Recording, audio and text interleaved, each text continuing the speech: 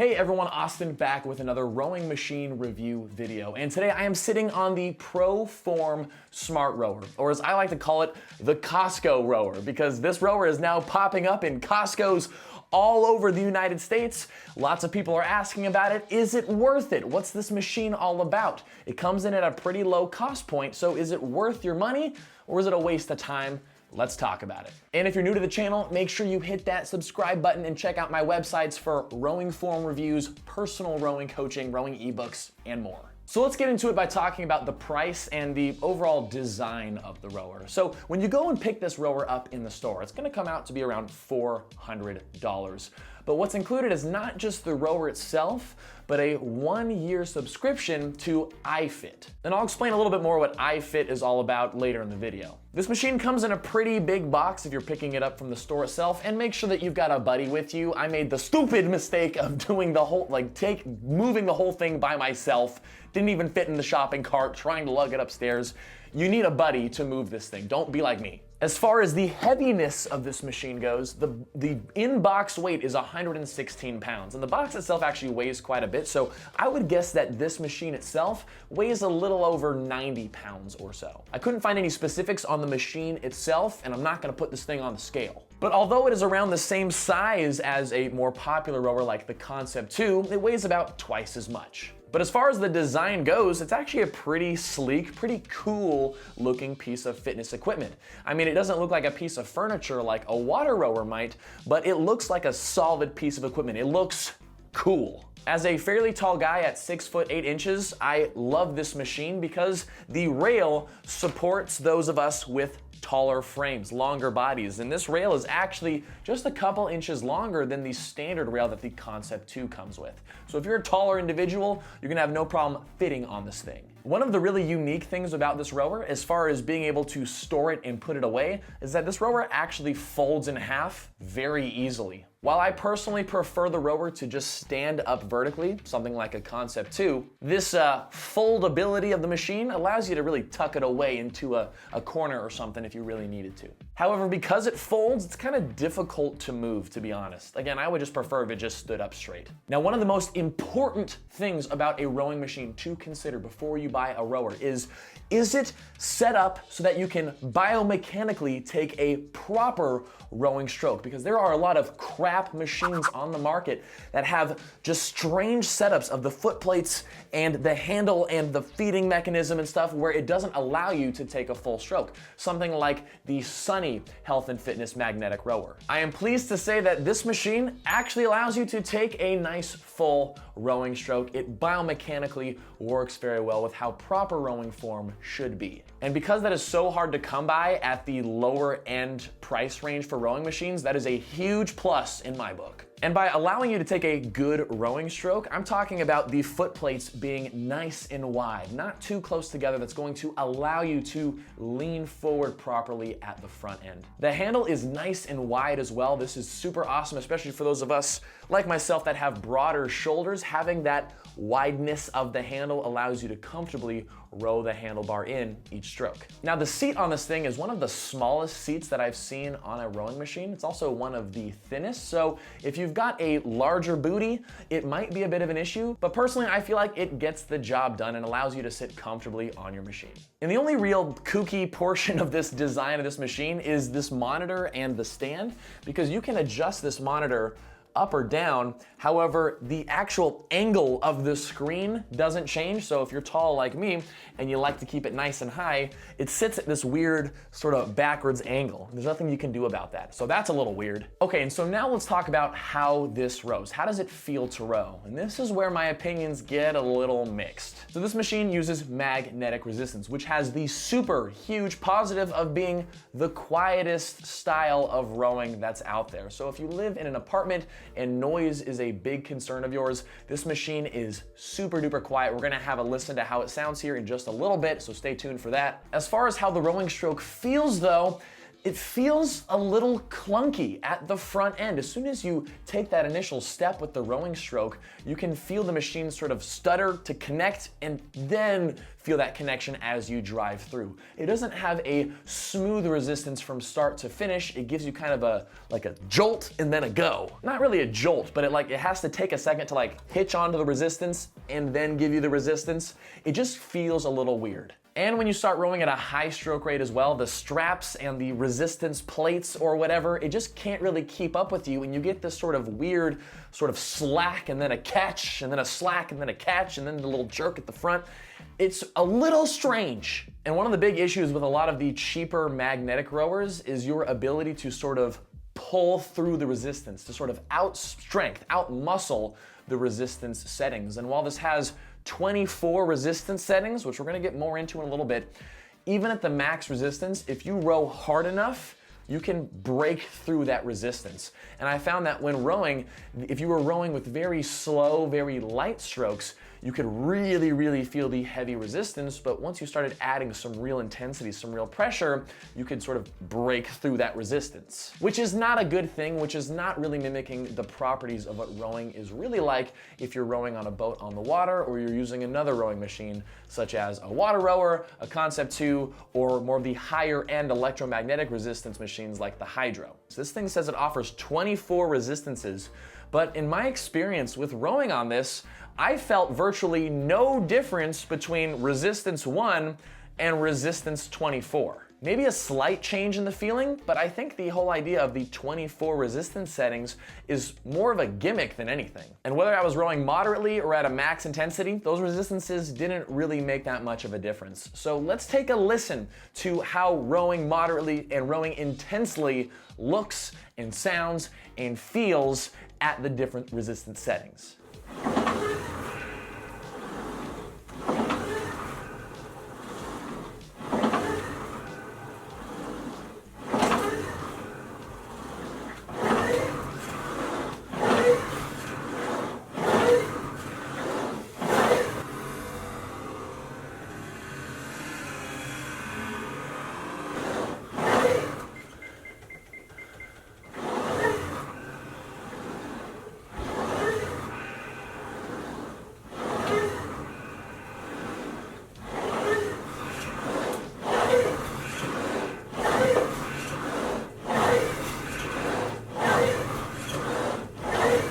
So hopefully those examples gave you a good idea of what I'm talking about when I say it is pretty quiet, but we can still feel and see that clunkiness of the stroke at the front end whenever we take a stroke and when we're trying to row at a high stroke rate as well.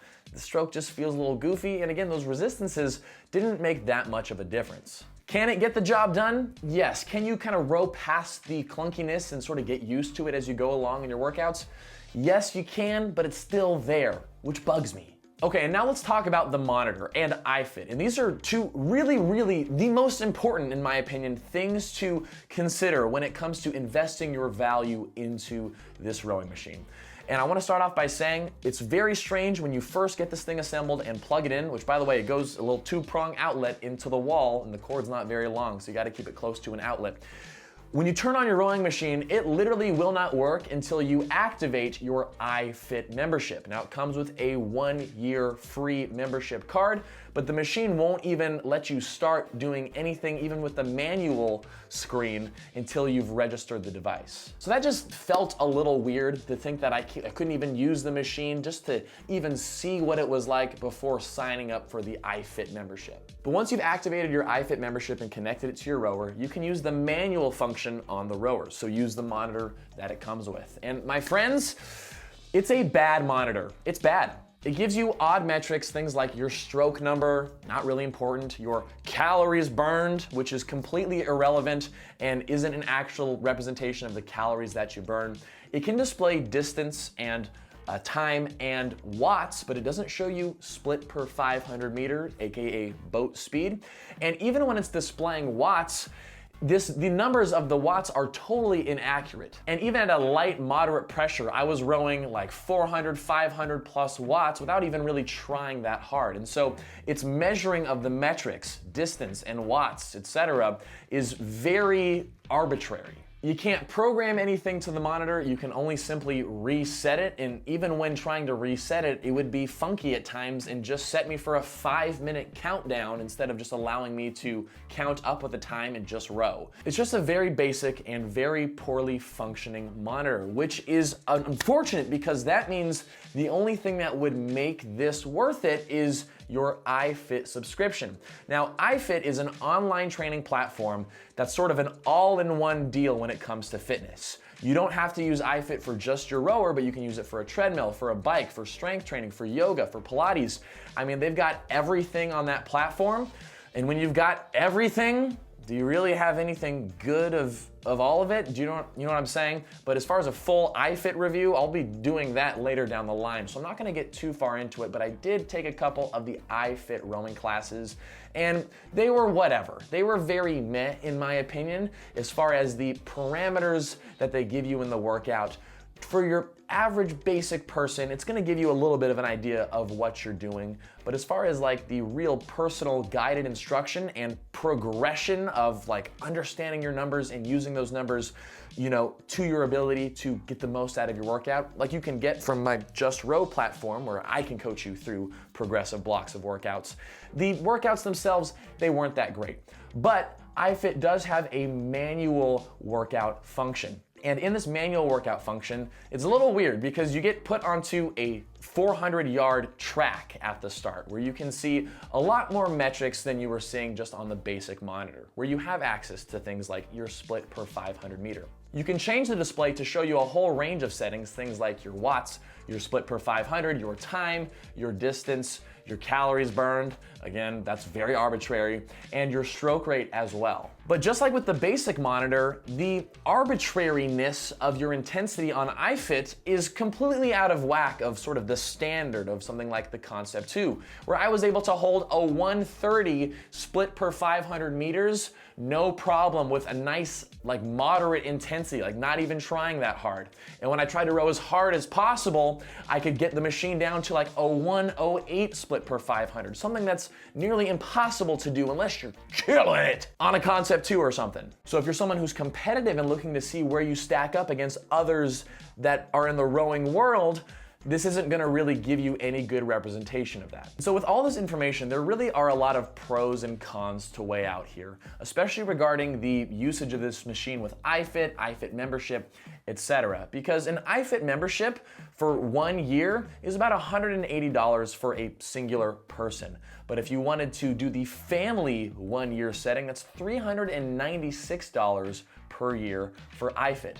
Now you get the first year free with the purchase of your machine. But when we think about rowing and exercise and fitness, we do want to be thinking long term. Your investment in your health and fitness long term is going to provide you so many more results than just trying to do something short term just to get some quick results. And so when you think about the cost of the $400 for the machine, the first year free, but then the $180 or up to $400 per year after that, and when you consider something like a Concept 2 machine is $900 up front, but it's gonna last you forever and there's no subscription to that at all, it makes you wonder, is this worth the investment? And I think that comes down to if you personally enjoy the iFit style workouts. Because if that's something that's gonna keep you motivated and get you on your rower each and every day, then in my opinion, I would say that it is worth it. But if you're someone who's looking to be very competitive with their rowing, really use rowing as a training tool long term and to progress yourself rather than just like sit in front of the TV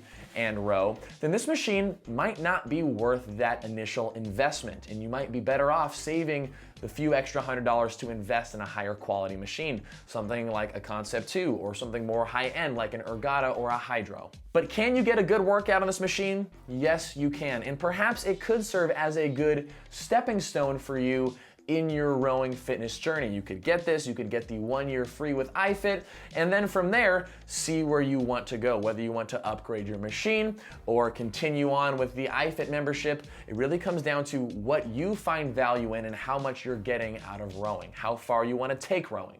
If this machine had a slightly more advanced monitor that showed you the metrics that the iFit manual workouts show you, I would say that the $400 investment would absolutely be worth it. But the fact that to get any real value out of this machine, it's tied in with that iFit, that is what really kind of puts it more of an in-between for me. Should you get it? Maybe. But maybe not, and that's really up to you to decide. But I hope this video could help you out, give you some good insight on the machine. If you have any specific questions about this, let me know down in the comments. I will help you answer those questions, and we can get you on the right path to helping you understand which machine is going to be best for you. But I hope you enjoyed the video. Subscribe for more if you're interested in that, and be sure to check out my website for more rowing stuff from me. And I will see you in the next video.